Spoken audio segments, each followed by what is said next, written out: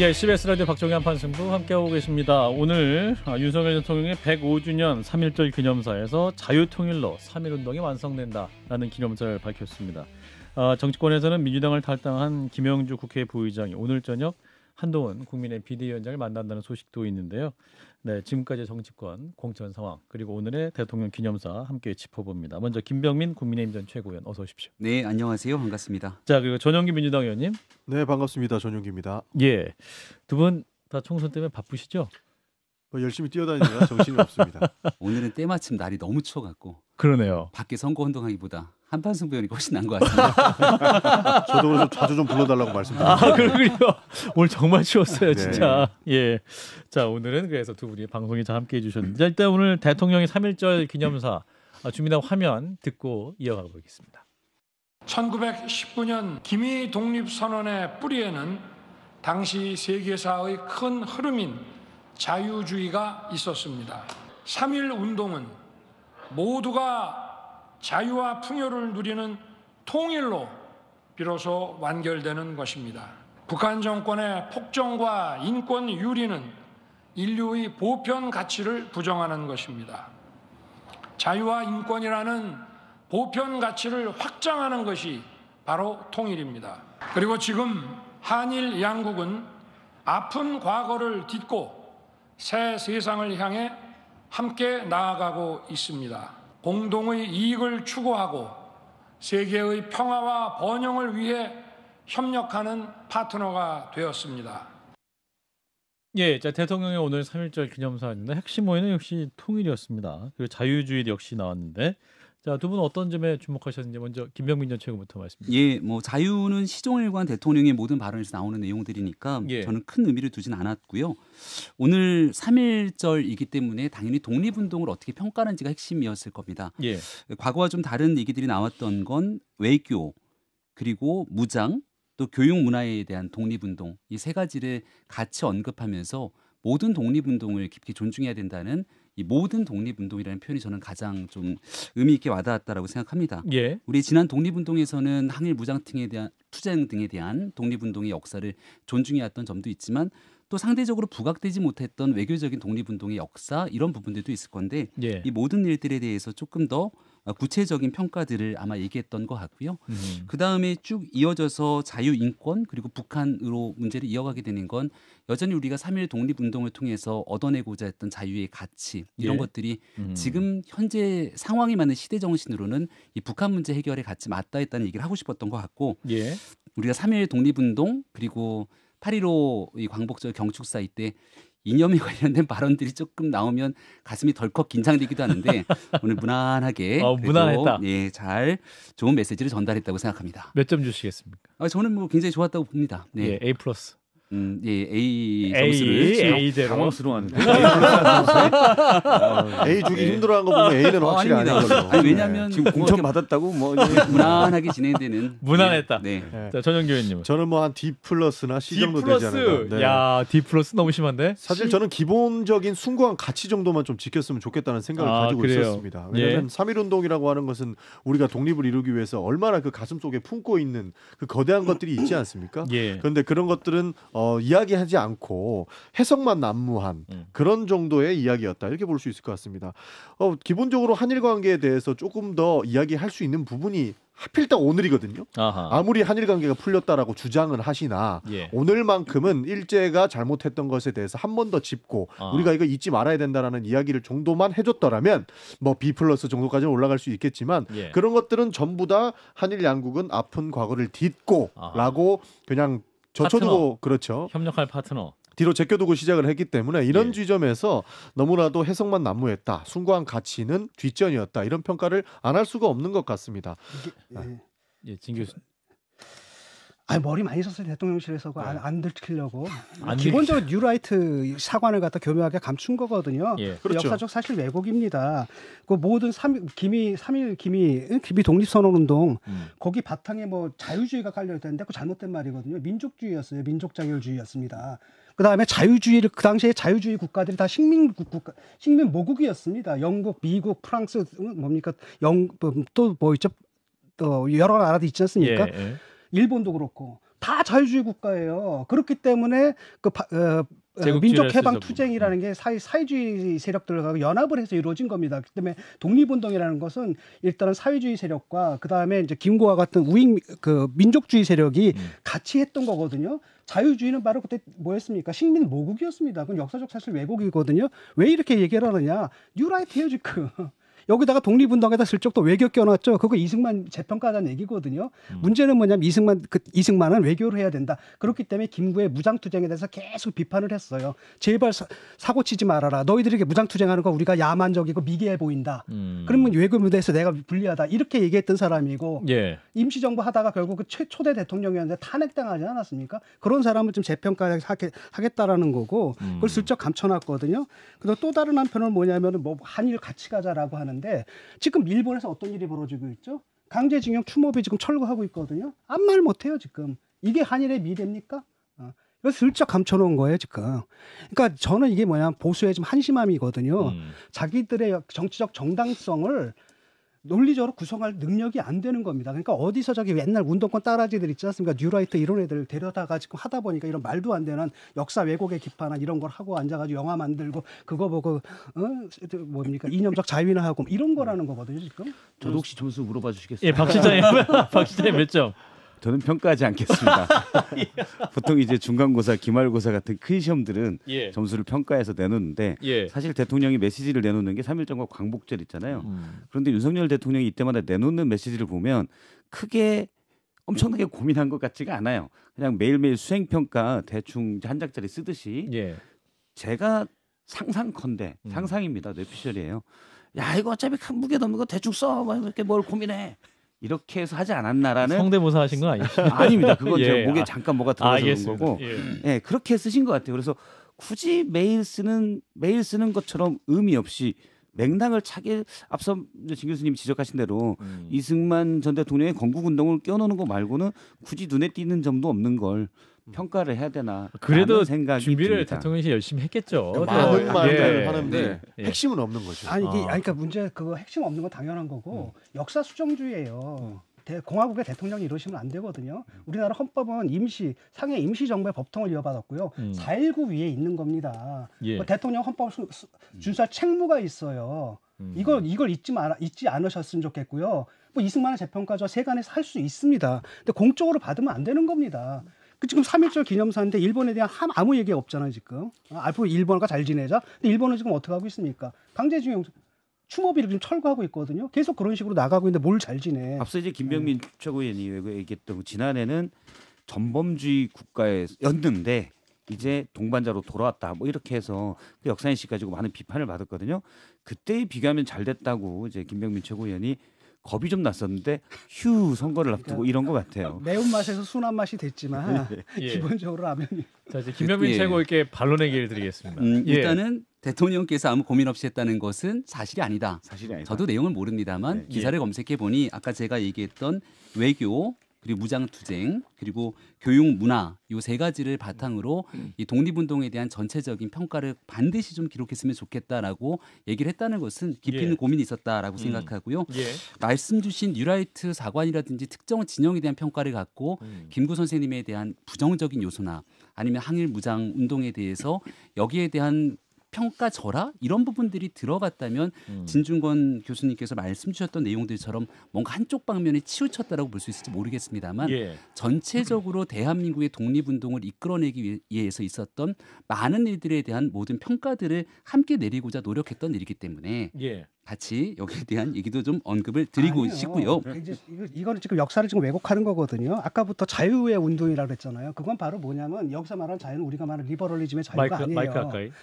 쉽게 말하면 그냥 그 체제 말하 이런 거 반공 체제 이걸 말하는 거거든요. 공산주의가 아닌 이것만을 말하는 거란 말이죠. 그러는데 지금 항일 해방 이후에 이른바 친일파들이 반공 투쟁에 사가지고 구원을 받았지 않습니까? 그런 자기들의 역사를 갖다 이제 다시 심겠다라고 하는 거예요. 그래서 이미 그거 끝났거든요. 모든 평가는 끝났는데 자꾸 역사 수정주의를 하겠다는 겁니다. 그러니까 역사 해석을 다시 하겠다고 대통령이 나온 건데 그 뒤에는 이제 대통령의 의식을 그렇게 규정한 그 세력들이 있다는 겁니다. 전형적인 뉴라이트 사관이에요, 이거는. 이게 저도 자유주의에서 3.1운동 뿌리가 자유주의에 있다고 그래서 좀 의아해서 찾아봤어요. 자유주의 연원에서 찾아봤는데 예를 들어서 뭐 그 프랑스의 인권혁명, 시민혁명, 또 미국의 독립운동 이런 게 이제 자유주의에 뿌리를 뒀는데 그거에 연계시켜서 얘기를 한 것 같긴 한데 예. 지금 대통령님이 늘 강조하는 자유는 그것과는 좀 많이 다른 자유거든요. 그러니까 자유주의라는 말만 같지 우리나라에서 사실 해방 이후에서 내려온 자유는 앞서 진 교수님이 얘기하신 대로 그 반공 여기에 좀 더 무게를 둔 자유주의였거든요. 그 두 개를 사실 별 생각 없이 혼합한 것 같아서 제가 큰 고민 없이 쓰신 것 같다라고 얘기를 합니다. 자유총연맹의 자유가 맞아요. 네. 근데 그거는 우리가 볼 때 리버럴리즘이 아니거든요. 그렇죠. 그거 국가주의적인 거고 그다음에 이 사람들이 과거에 군부 독재 했을 때 그 이념이란 말이에요. 예. 그건 좀 지났잖아. 전용기 의원님도 말씀할 기회를 드리겠습니다. 페이지를 넘겨야 되는데 다시 또 너무 자유에 집착하시는 것 같은데 오늘 독립운동에 대한 그건 대통령의 평가를 문제예요. 대통령의 문제. 3.1절에서까지 그런 얘기를 하니까. 아니 요즘 방송가가 그러니까- 자유롭지 못해요. 대통령께서 이때다 싶어하고 자유 말씀하셨는데 본인께서 보여줬던 모습들이 자유롭지 못했던 부분들이 너무 많은 거죠. 뭐 방송이나 예. 뭐 여러 군데에서 그런 모습 보여줬던 거고 예. 사실 총평을 하자면 대통령의 모든 메시지가 저는 그런 것 같습니다. 역사를 굉장히 이념적 시각으로 바라봐요. 예. 그리고 메시지 낼 때도 이념적 시각을 넣지 않으면 말을 못할 정도가 되지 않았나 이런 생각이 드는 겁니다. 이게 대통령실에서 아까 수정주의 말씀하셨는데 수정 없이 사실 그대로 그 이념 그대로만 얘기한다면 큰 논란거리도 없을 텐데 예. 굳이 본인이 하고 싶은 대로 은근히 끌고 가려고 하는 모습들이 비판의 대상이 된다고 저는 봅니다. 예. 다음 거로 넘어가죠. 알겠습니다. 다음에 또 비판할 것도 있어가지고. 알겠습니다. 아니, 우리가 여기서 너무 자유롭게 얘기하면 행정지도를 받을 수가 있으니까 전용기 의원님은 조금 더 세게 얘기하세요. 경선이 남아 있으니까 강력하게. 자, 그리고 이제 핵심 내용 중 하나가 3.1운동은 모두가 자유와 풍요를 누린 통일로 비로소 완결된다. 이게 북한 얘기를 좀 대통령이 강하게 얘기를 했습니다. 근데 북한은 최근 우리를 남측이 아닌 대한민국이라 칭하면서 대화의 상대가 아니다. 이렇게 말하고 있는 상황인데 이 오늘 대통령의 통일에 대한 언급은 어떻게 들으셨는지 먼저 김병민 최고부터. 당연히 그동안 윤석열 정부가 해왔던 외교적 그리고 대북관에 대한 연장선상에 있는 내용들이겠죠. 예. 그러니까 북한과 한반도 평화 통일을 위해서 우리가 대화도 하고 협력해 나갈 수 있다면 얼마나 좋겠습니까만 예. 이미 지난 2018년도 판문점 선언에서 약속했던 비핵화를 비롯한 많은 약속들이 완전히 다 무너진 상태이기 때문에 예. 지금 북한은 핵무장을 공고히 하고 있는 상태 속에서 대한민국과의 대화의 틀을 완전히 단절시켜 놓은 것 아니겠습니까? 그리고 여기에 대한 통일의 관점에서 대한민국 국민들 입장에서는 이 북한과 함께 체제를 공존하게 되는 이 통일의 관점에서 아마 이 통일을 바라보지는 않을 거라고 생각합니다. 그러니까 우리가 가야 되는 3.1절의 과거에 대한 역사적 평가와 함께 앞으로 나아가야 되는 이 민족적 상황에서의 이 통일 문제도 자연스럽게 다루게 될 텐데 예. 현재 북한 문제가 매우 심각한 우리의 체제 위협으로도 볼 수 있는 상황에서 할 수 있는 얘기들을 하신 거죠. 예. 자, 진 교수님 말씀 제가 주시죠. 할까요? 예. 네. 일단은 뭐냐면은 지금 그 한국의 보수가 이것도 저는 굉장히 이념적으로 굉장히 경도됐다고 보거든요. 예. 굉장히 극우적이라고 봐요. 음. 왜냐하면은 남북 그 동안에 그 진보와 보수와 상관없이 우리가 합의했던 게 있거든요. 그게 예. 7.4 공동성명은 박정희 대통령이 한 거예요. 그다음 6.15 선언은 그 김대중 대통령이 했고, 그래서 정권이 바뀜에도 불구하고 계속 유지되어 왔던 대북 관계 기본 원칙을 무너뜨린 거거든요. 이게 완전히 간 겁니다. 이걸 딱 들어보면 흡수 통일하겠다는 얘기예요. 흡수 통일하겠다라는 거고 그런 그 얘기고, 그다음에 이제 또 하나는 뭐냐면 이게 굉장히 누굴 닮았냐면 또 김정은을 닮았어요. 왜냐하면은 김정은도 그걸 끊어냈거든요. 김정일하고 김일성의 노선을 갖다 끊어내고 이제부터 뭐 남한은 다른 나라다라고 얘기를 하지 않습니까? 예. 그래가지고 뭐 그 통일에 관한 거 모두 다 없애고 있지 않습니까? 그게 그러니까 두 개, 남북에서 사실 두 개의 이단화가 나타난 거고요. 기존의 그 체제에 저걸 주는 거죠. 그러니까 극단적인 현상이 양쪽에서 다 나타나고 있다 이렇게 봅니다. 전용기. 그러니까 트럼프 대통령이 처음에 나왔을 때 저 사람 진짜 큰일 날 사람이다라는 평가를 하지 않았습니까? 예. 근데 트럼프 대통령보다 더 극단적으로 하고 있는 게 지금 윤석열 대통령으로 보이는 거예요. 그러니까 좀 전에 말씀해 주신 것처럼 박정희 대통령이나 김대중 대통령 같은 경우에도 예. 남북관계 기본 틀까지는 건들지 않았고 예. 이것이 전쟁이 나지 않게끔 하기 위해서 많은 노력들을 해왔는데 아예 그런 것들을 뒤집어 버린 겁니다. 그런 측면에서 저희는 절대 이것을 좋게 봐줄 수가 없는 그런 상황이 돼버린 거죠. 그러니까 뭐 대결, 흡수 통일 이렇게 하면 저 북한을 자극하기만 하는 겁니다. 북한이 헛소리하는 거는 하루 이틀이 아닌데 예. 우리나라까지 그럴 필요가 있나 하는 생각이 있는 거죠. 그러니까 거기서 이분이 자유 얘기하지 않습니까? 3.1 운동은 사실 민족주의 운동인데 이걸 자유주의 운동이라고 완전히 바꿔버렸단 말이죠. 예. 말도 안 되게. 그 바탕에 이게 깔려 있는 겁니다. 왜냐하면 그 전에 우리가 진보 보수가 합의했던 것은 민족주의 원칙이었거든요. 우리가 체제는 달라도 그래도 한 민족이다는 이런 인식이 있었단 말이죠. 그거였는데 이걸 없애버리는 거예요. 그러니까 자유로 딱 규정하게 되면 통일도 이제 뭐가 되냐? 우리에 의한 통일. 결국 이제 그러려면 무력 통일밖에 없거든요. 그 얘기는 차마 못하지만 그렇게 돼버리는 거죠 지금. 저는 근데 예를 들어서 대통령이 이렇게 표현을 했을 때 그러면 예를 들어 국방부나 국가정보원 또는 통일부에 북한을 더 압박해서 붕괴를 유도하거나 또는 북한의 해체, 북한 주민의 대규모 이탈 사태를 대비해서 통일부에서 어떤 대책들을 준비해라. 이런 것들이 내려갔으면 이게 무게가 있는 메시지고 그렇게 볼 텐데 그냥 쓴 것 같아서 제가 평가할 만하지 않다는 게 그런 건 하나 없고 예. 자 우리가 북한 예를 들어서 정부가 저는 뭐 그런 전략도 거기엔 동의하지 않지만 선택할 수 있다고 봐요. 예. 그러니까 계속 압박해서 뭐 15년, 20년 안에 북한 체제를 무너뜨려야지. 그러면 북한 주민들이 이탈을 보고 어떻게 해야 될지 이런 전략이 우리가 알 수 없지만 있다면 그걸 인정을 하겠는데 예. 제가 볼 땐 그런 건 하나도 없을 것이고 그냥 쓰고 싶은 말 쓰신 것 같기 때문에 제가 이제 굳이 평가할 필요는 없다라고 근데 얘기한 되게 겁니다. 이런 기념사는 모든 부처가 해당 부처에 해당하는 내용을 발제해가지고 그걸 종합해서 쓰기 때문에 그냥 썼다고 판단하기엔 너무 섣부른 판단이 아닐까. 아니 그러니까 뭐 부처고 뭐고 다 그렇게 정리가 돼가지고 그렇게 가는 거니까. 예. 올해부터 북한 이탈 주민의 날을 제정해서 북한 이탈 주민이 예. 활동하겠다는 메시지도 함께 들어가 근데 있습니다. 확실한 거는 후속 조치는 볼 수 없다라는 것이 뚜렷하지 않습니까? 예. 왜냐면 그 부처에서 실질적으로 실행할 그런 역량도 부족해 보이고 예. 실행하는 의지도 없고 그러니까 후속 조치 없다고 말씀할 수밖에 없는 거죠. 이게 이제 제가 좀 우려하는 건 바로 뭐냐면 이런 거거든요. 그러니까 박근혜 정권 때도 그렇고 이명박 정권 때도 그렇고 이 사람들이 딱 잡잖아요. 그럼 뭐냐면 항상 그 일각에 그 북한 붕괴론자들이 있어요. 항상. 그러니까 쉽게 말하면 종말론 신자들처럼 예. 곧 북한이 붕괴할 것이다. 혹시 그런 사람들의 영향을 받은 게 아닌가라는 우려가 좀 있어요. 저는 이제 그런 배경에 저런 게 있다 봐요. 왜냐하면 설득이 일단 그 북한이 잘못해서 설득이 안 되잖아요. 예. 그런데 북핵 문제나 뭐 북핵 문제나 여러 가지 문제에 대해서 설득이 안 되는 북한과 계속 대화하기도 어렵고 그러니까 저렇게 놔두면 붕괴될 거야라는 하나의 희망회로 그것 말고는 사실 빠져나갈 데가 없거든요. 그러니까 예를 들어 MB 때 747 공약이랄지 이런 것도 자 너희가 잘 들으면 이렇게 될 거야. 근데 어차피 말 안 들을 줄 알아요. 그리고 설득하려고 노력도 안 합니다. 그런데 그것 말고는 대북 정책이 아무것도 없기 때문에 예. 그냥 호구했던 정책이 아닌가. 그래서 저는 그런 맥락 속에서 지금 대통령의 이 메시지도 사실은 자유와 통일로 해서 3.1운동이 북한을 통일시켜서 완성된다. 이게 큰 의미는 그게 없다라고 되려면 생각하는 북한이 게 자동 붕괴를 해야 되거든요. 예. 왜냐하면 그렇지 않으면 이제 민망한 얘기를 해야 돼. 우리가 무력으로 통일하겠다는 얘기를 해야 되는데 그게 예. 안 되려면 자동 붕괴를 해야 되는데 네, 그렇기 때문에 나는 또 그 붕괴론자들이 있는 게 아닌가. 박근혜 때도 그랬잖아요. 뭐 10만 평인가 해가지고 몇십만 명을 수용할 수 있는 수용소를 짓겠다. 막 이런 얘기들. 예. 그런 사람들이 또 있을지도 모르고 그런 바탕 위에서 자꾸 이런 왜곡된 현실 인식을 가지고 이런 식의 이상한 메시지들을 내는 게 아닌가 싶어요. 예. 북한 붕괴보다는 민주당 공천 붕괴가 조금 더 뉴스가 큰 것 같아서 슬슬 넘어갈 때가 된 것 같은데. 그러니까 민주당 욕할 것도 바쁜데 지금 대통령께서는 계속 이상한 메시지만 내시니까 자연스럽게 화제 전환을 화제잖아요. 아니 근데 저는 뉴스가 많이 안 됐어요. 3.1절 기념사. 맛을 조절했고 매운맛에서 약한 맛으로 해가지고 보통 사람들이 알아채리지 못하게 슬쩍 감춰놨는데 그래서 내가 아까 잔머리 잘 굴렸네라고 한 거예요.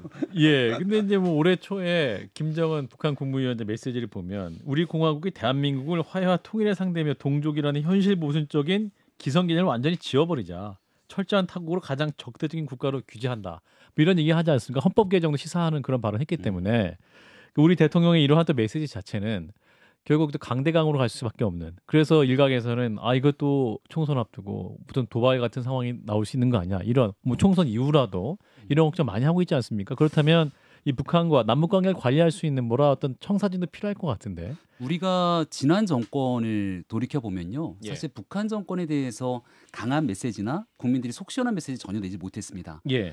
앞서 얘기했던 2018년도 판문점 선언, 9.19 남북 군사 합의 이런 것들이 다 어기고 나서 북한이 우리에게 했던 온갖 막말들에도 불구하고 예. 제대로 된 역할을 하지 못했지만 북한은 9.19 군사 합의를 어기고 우리를 향한 도발을 계속해 왔었죠. 근데 이런 일들이 이제 총선을 앞두고 북한이 자신들의 의지에 따라 대한민국 사회 교란을 위해서 무슨 역할이든 할 수 있을지 모르겠습니다만 예. 우리가 북한의 저자세로 가거나 아니면 북한과의 화해 협력을 위해서 안정적인 메시지를 낸다고 그 모든 일들이 관리되는 것은 아니라고 생각합니다.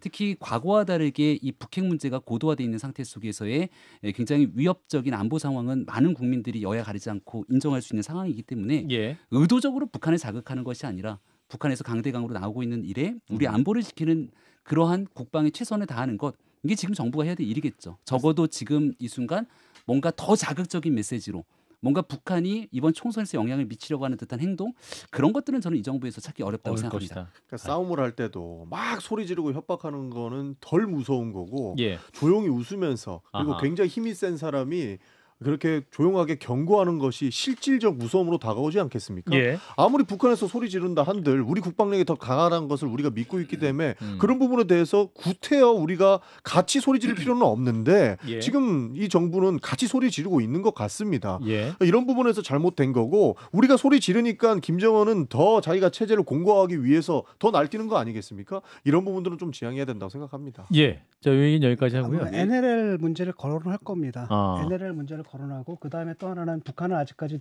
볼 거예요. 트럼프 당선까지 기다릴 겁니다. 아하. 그러니까 트럼프가 담판을 할 거고 예. 담판이 이게 저는 될 거라고 보진 않는데 하지만 그럼에도 불구하고 트럼프는 또 쇼를 하거든요. 그걸 이용해 먹거든요. 예. 그런 가운데 또 분위기가 달라질 수 있고 그런 건 무슨 얘기가 나오냐면 북한이 이제 핵 보유국을 인정하고 묵인을 해주고 대신 그 사거리 조정을 하는 거죠.